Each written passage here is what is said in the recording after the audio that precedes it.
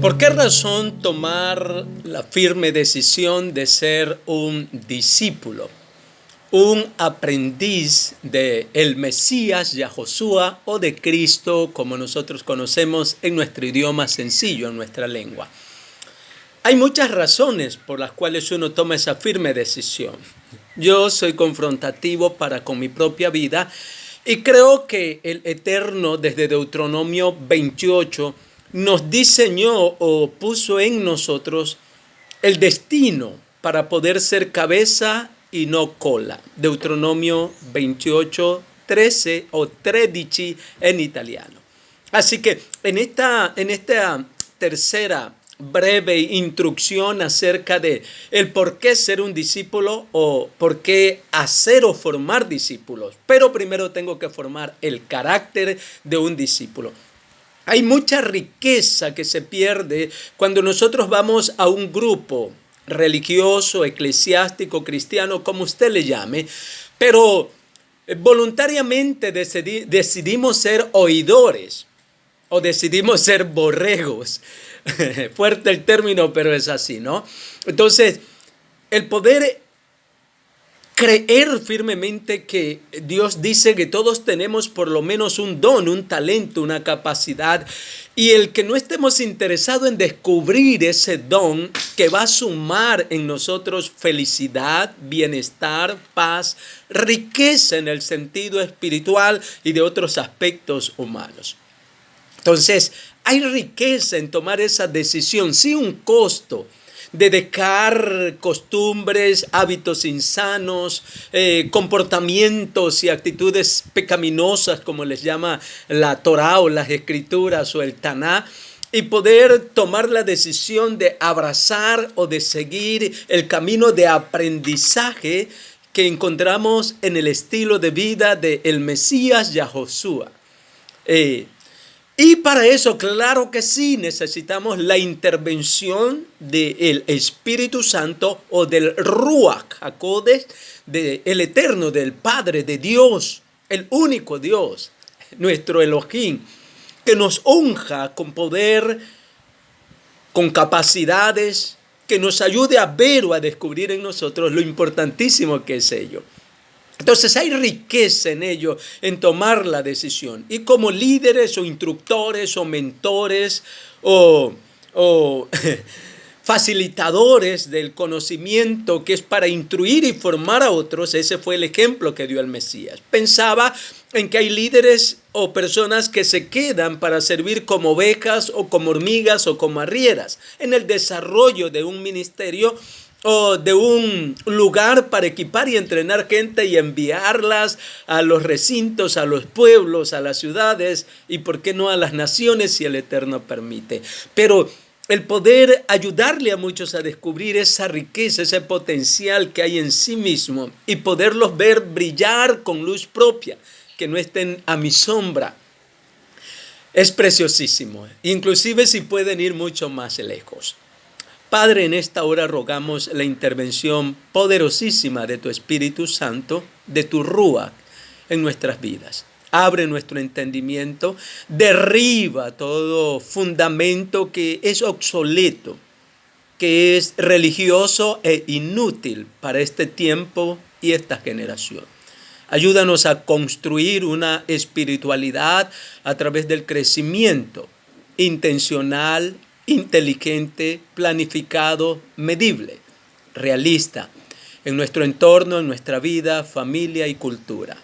Te lo suplico, Padre, en el nombre que es sobre todo nombre, en el cielo, en la tierra y debajo de la tierra. Padre, trae sanidad en la mente, en el alma y en el espíritu.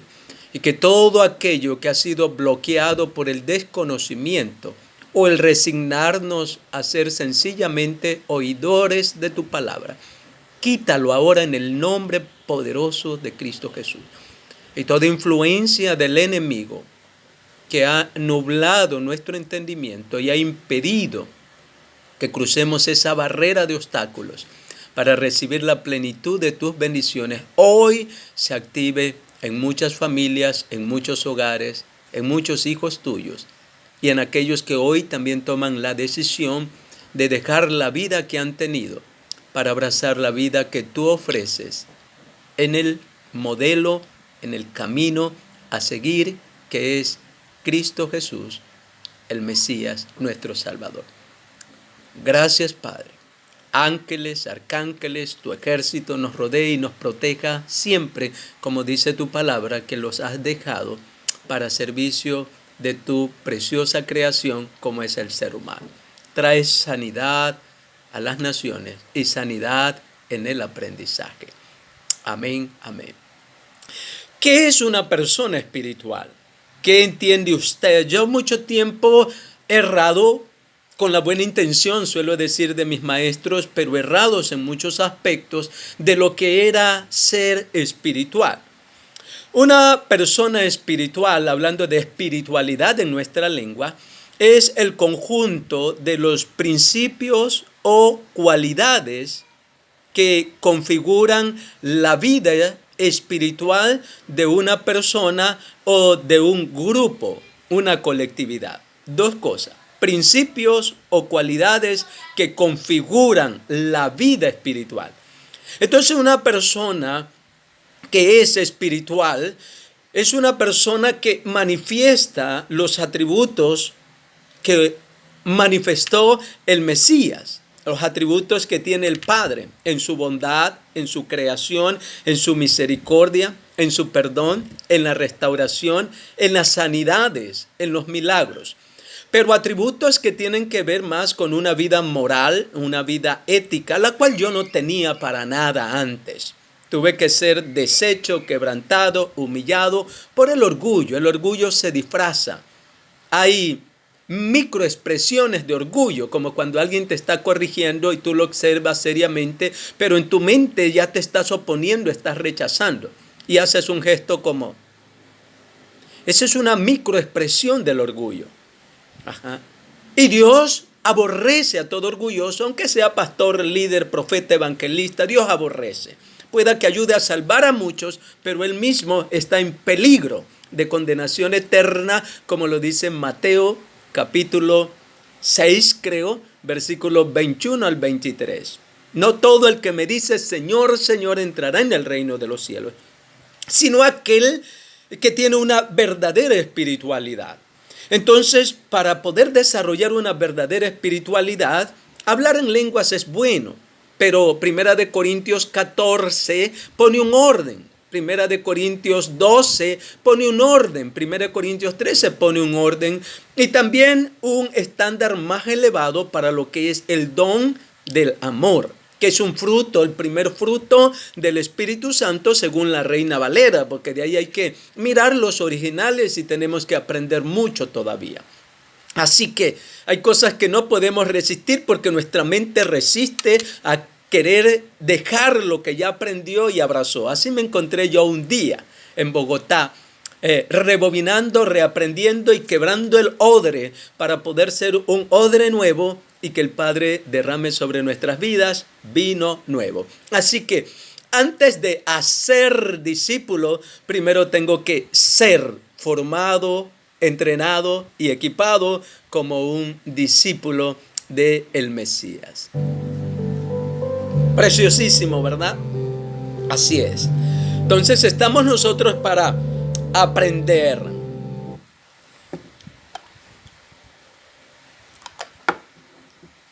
El tiempo como fluye, se va rápido, pero es en la motivación que tenemos al inicio y derribar a estructuras y argumentos. Entonces una persona espiritual tiene que ver con las ordenanzas o los mandamientos que el Mesías dijo a sus seguidores o a sus discípulos. Ustedes son mis discípulos, ustedes son mis seguidores, ustedes son, bueno, si hacen, el que me ama, guarda mis mandamientos.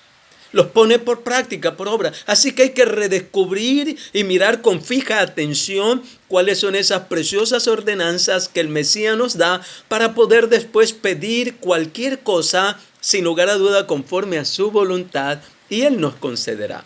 Y en ese desafío estamos para terminar bien esta preciosísima carrera. Entonces, cualidades como el perdón, la misericordia, la empatía, la resiliencia, el ayudar al prójimo, el obrar como el buen samaritano, ayudar a alguien desde su enfermedad hasta que la supere o parta a la presencia de Dios, ayudar a alguien que ha caído en desgracia no solo por una vez, sino hasta que lo supere. Es una ordenanza y son cualidades de una vida espiritual. Es más allá del hablar en lengua, más allá del profetizar, más allá de tener una vestimenta decorosa. Si son 150 los atributos que tiene una persona o más para ser considerada espiritual, si tú haces 3 o 4, como es la vestimenta, el hablar en lengua, el orar, aunque a veces no haya resultado, y hay que analizar qué obstaculiza esa oración. Porque hay muchas personas que oran y aún por horas, pero no hay ninguna respuesta. Solo lo hacen para sentirse espiritual. Pero por el resentimiento, la amargura, la desobediencia, el rechazo, el orgullo espiritual, el creerse mejor que otros grupos religiosos, hace que su oración no tenga respuesta. Y eso es triste.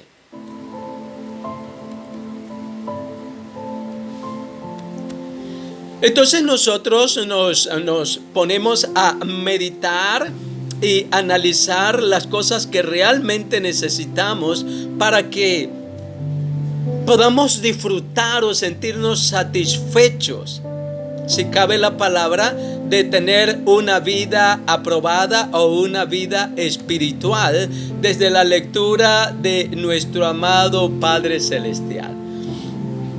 Vamos a las Escrituras, después seguimos hablando un poquito de eso, ya que estamos tratando de ser oportunos, ya que la mayoría de nosotros tiene hoy día una prisa por aprender de manera rápida, de manera violenta. La mayoría están escuchando y dicen, ya dime rápido lo que tengo que saber y escuchar para ponerlo por obra y mirar si realmente funciona. Estamos entonces en lo que es el estudio de Segunda de Pedro capítulo 1 versículo 5, donde hay varias cosas que las hemos tenido como información y tenemos que descubrir cómo ponerlas en acción para que pueda haber el resultado de la promesa. Entonces dice Segunda de Pedro capítulo 5, dice, vosotros también, poniendo toda diligencia, por esto mismo añadid a vuestra fe virtud, y a la virtud conocimiento. Hasta ahí avanzamos en la segunda etapa de la enseñanza. Y al conocimiento hay que incrementarle, hay que añadirle dominio propio o control. No, al conocimiento hay que añadirle dominio propio o control. Pensaba en esta palabra de dominio propio o autocontrol y dice así el comentario de nuestra lengua: dominio propio significa que tú controlas tus pensamientos, tú controlas tus sentimientos, tus emociones, controlas tus acciones. Las controlas tus impulsos, controlas tu ira, tu enojo, controlas tus acciones. En lugar de ello, te controlas también a ti mismo. Y es interesante, porque muchas veces, por la falta de control o de dominio de los impulsos destructivos, terminamos arruinando nuestras propias vidas, nuestras familias, el llamado que el Señor nos hace, y arruinando el nivel de agrado o de santidad que se ha desarrollado ante Dios y de respeto que muchas veces hemos conseguido, y por un error grave terminamos perdiendo todo eso. Y varios perdiendo hasta la misma vida. Así que es muy importante poder tener en cuenta esto. Y te pregunto aquí, ¿en qué área de tu vida tú no te controlas?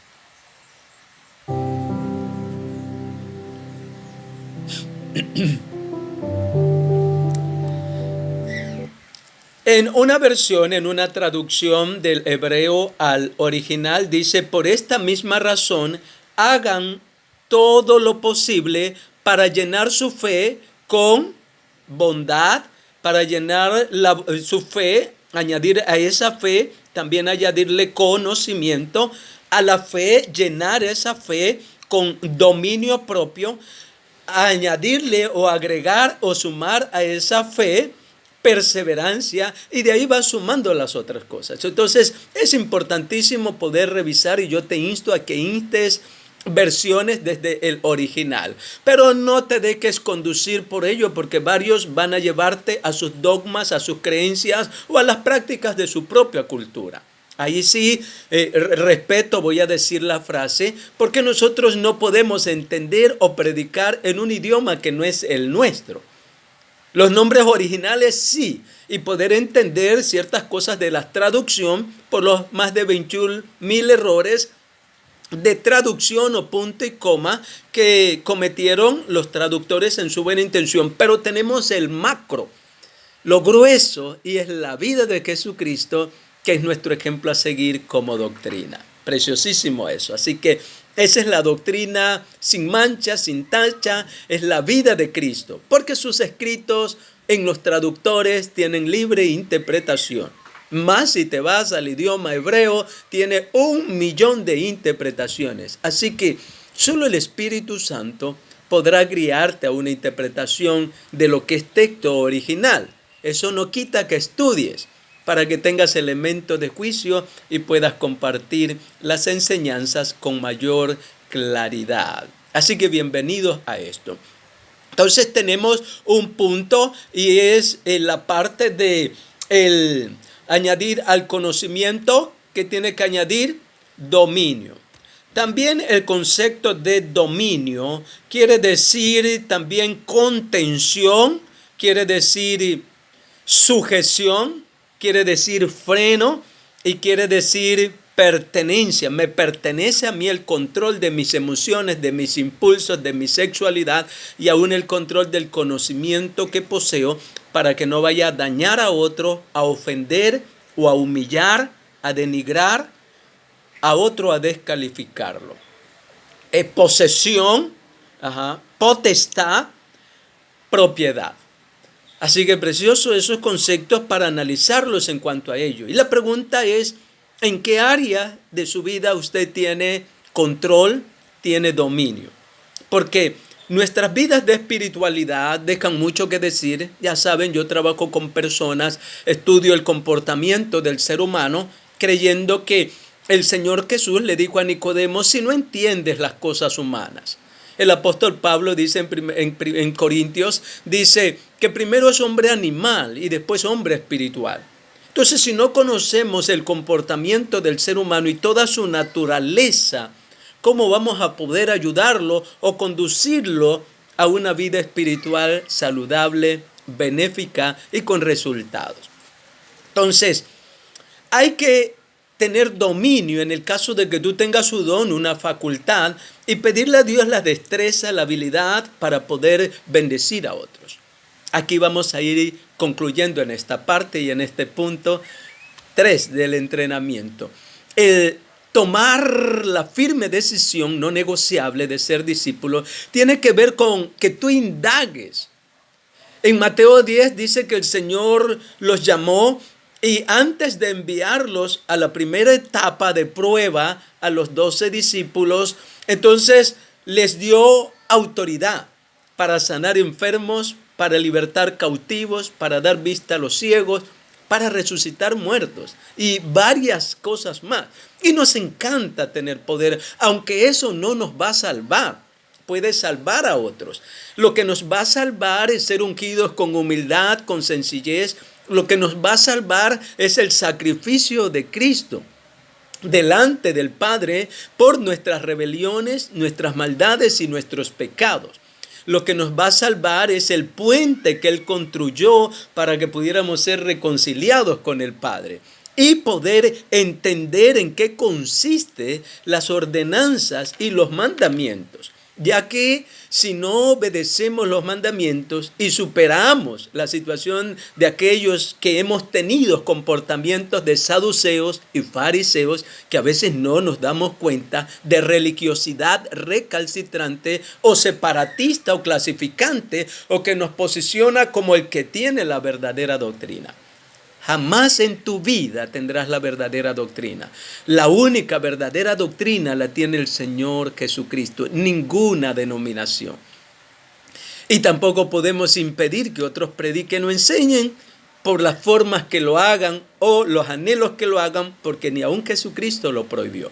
Pero si es necesario que nos corrijamos en aquellas cosas que nos han enseñado de manera equívoca, y muchas familias y muchos creyentes bien intencionados fueron lastimados por sistemas religiosos dañinos, recalcitrantes, que en su buena intención de querer salvar a otros, los hicieron 2 veces más heridos o lastimados de los que llegaron a un lugar buscando ayuda. De ahí que todo líder tiene que entrenarse en el entender el comportamiento del ser humano y ayudarlo con todo lo que el Señor dejó como ciencia para ayudar al hombre. Eso no lo va a salvar. El único que lo va a salvar, sin lugar a dudas, es Jesucristo. Así que bienvenidos a este entrenamiento y equipamiento. Si tú deseas, pide los módulos o las temáticas que son sencillas, como es la primera, que tiene 3 etapas para que tú te puedas nutrir y mires esos lineamientos en teoría, en lo que debe hacer una persona que toma la firme decisión de ir por más. Obediencia, más del Señor, más de su naturaleza, y poder transformarse en un discípulo saludable que va a conducir a otros a una vida espiritual, no de autoengaño, ni de cosas básicas, no, sino que va a crecer hasta llegar a la medida de la estatura de la plenitud de Cristo. Pide, ahí está el número de teléfono, yo te envío, es sencillo porque la vida de discípulo tiene que ver con entrenamiento de conocimiento y replantear un conocimiento sencillo, práctico. Haz cambios en tu hogar, en tu estructura, en la hora de levantarte. Mira qué cosas obstaculizan que tu vida del cristianismo pueda avanzar. Construye un escudo alrededor tuyo, guiado por el Espíritu Santo, por un mentor espiritual. Y si tienes problemas en áreas emocionales, pues busca ayuda a alguien que pueda orientarte y puedas construir en tu hogar algo saludable. Es triste que en la iglesia nos crean espirituales o aparentemos ser espirituales, y en nuestros hogares con nuestros hijos, esposo o pareja la cosa sea muy distinta. Y te lo digo con libertad porque yo mismo he vivido tragedias de autoengaño y dejé de crecer o de buscar mentores saludables. Y sé que muchos están pasando dentro de sus iglesias, congregaciones y familias situaciones muy lamentables, muy dolorosas, que callan muchas veces por conservar el puesto que les han dado para servir, pero que no son felices porque las cosas no están bien ni han estado bien. Y lo que te ofrecen como vida espiritual no te llena en la vida real, ni en tu casa, ni dentro de ti. Solo en los instantes que vives dentro de una iglesia o de un espacio. Pero la vida espiritual tiene que ser más fuera de la iglesia, en tu propia casa, que dentro del templo. Así lo muestra el Señor Jesucristo. Y tienes que ser honesto para aceptar que no estás bien.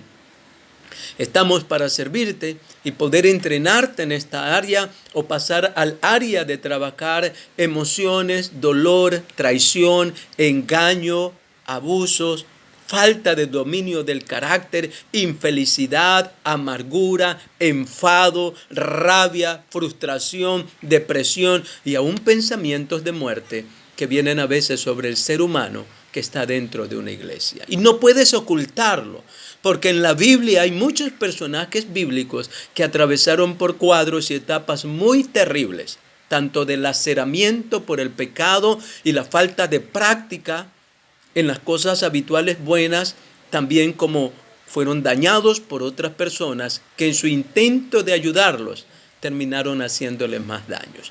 Tenemos que ser honestos. Y como líderes tenemos que aprender a reconocer nuestras limitantes, que hay personas mucho más capaces que nosotros, y dejar que los que decimos que son nuestras ovejas o líderes puedan buscar ayuda. Si hay alguien que es más capaz de ayudarlos y de guiarlos a alcanzar la meta que el Señor quiere.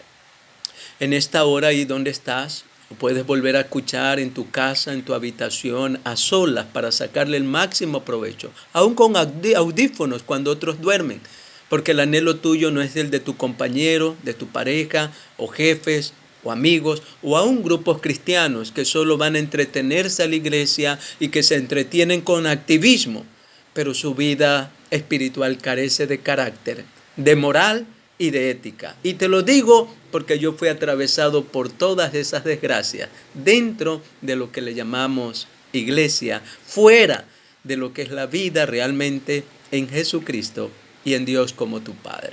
Que puedas recibir afecto de parte de Dios es mi oración en esta hora. Que puedas ser afirmado en su paternidad. Que de forma real Cristo resucite dentro de tu vida y de mi vida. Y que el Espíritu Santo, más allá de que lo busquemos para que nos dé dones, discernimiento de espíritu, hablar en lengua, profecías y el don de hacer milagros, que son muy buenos, pero muy mal utilizados en muchos lugares, no en todos, pero muy mal utilizados. Eso no quiere decir que ese es el todo de la vida espiritual. El todo de la vida espiritual es que tú crezcas en un amor saludable para ti, para con Dios, para con Cristo, para con el Espíritu Santo, para con tu prójimo, para con tus hijos, los que te rodean. Eso realmente es tener una vida espiritual y hay que deshacerse de lo viejo y aprender de lo nuevo. Y si tú no tienes una congregación, escríbenos, porque vamos a equipar o a trabajar con un grupo para poder dar asistencia a aquellos que por trabajo o por situaciones especiales no están asistiendo a una iglesia, o aunque estén asistiendo, nunca se han sentido parte de ella. Este es un nuevo tiempo. Padre, en esta hora ruego que tu Espíritu Santo traiga sanidad del alma, del espíritu, de la mente y sobre todo del corazón. Que tú reveles tus propósitos a cada corazón, a cada vida, en especial a cada niño, a cada adolescente, a cada joven, a cada pareja joven. Trae, Señor, sanidad en el área sexual, en el área afectiva. Muchos con necesidad de amar y de aparente amor se unen en parejas y terminan haciéndose daño porque se unen dos personas muy heridas que son cisternas rotas que jamás han podido retener tu amor, Señor. Trae sanidad. Y si hay personas que están enfermas en esta hora, Señor, activa fe. Desde las limitantes que tenemos, activa fe en el nombre poderoso de tu Hijo Jesucristo. Y ayúdanos, anímanos a creer mucho más de la fe salvadora. Una fe que experimenta milagros, que experimenta crecimiento saludable en una vida espiritual y en una vida de aprender primero a ser un discípulo saludable para discipular a otros y entrenarlos para que vayan con toda libertad y sirvan y levanten en sus casas o en otra ciudad un precioso remanente de personas sanadas y salvadas para el reino de los cielos. Padre, pido que tú desde lo alto, Cristo dijo, yo voy al Padre. En San Juan 14, yo voy al Padre y todo lo que pidan en mi nombre, sin duda conforme a tu voluntad. Y sé que tu voluntad es sanar al enfermo. Tu voluntad es libertar a los cautivos. Tu voluntad es dar vista a los ciegos. Tu voluntad es sanar toda relación y todo matrimonio tóxico. Tu voluntad es restaurar vidas, familias e hijos. Tu voluntad para con un gobierno y un Estado es, Padre eterno, tu paz. Así que orando con esa certeza, a todo el que cree en esta hora, Y al que no cree pero necesita de un milagro, alimenta su fe como alimentas la mía. Y provee para toda necesidad, para pagar deudas. Padre, crea empleos, fuentes, negocios y suple de manera milagrosa para proveer el pan en el hogar, para suplir, Padre eterno, provisión para los estudios de los hijos. Y también provee el recurso y el dinero para que las parejas tengan un tiempo a solas, un fin de semana, y vuelvan a tener un nuevo comienzo. Gracias, Padre, por este tiempo de entrenamiento de discípulos con un corazón renovado. En el nombre precioso de tu Hijo Jesucristo. Amén y amén. Hasta la próxima y nos vemos en el cuarto tema de ser y hacer discípulos en este tercer milenio.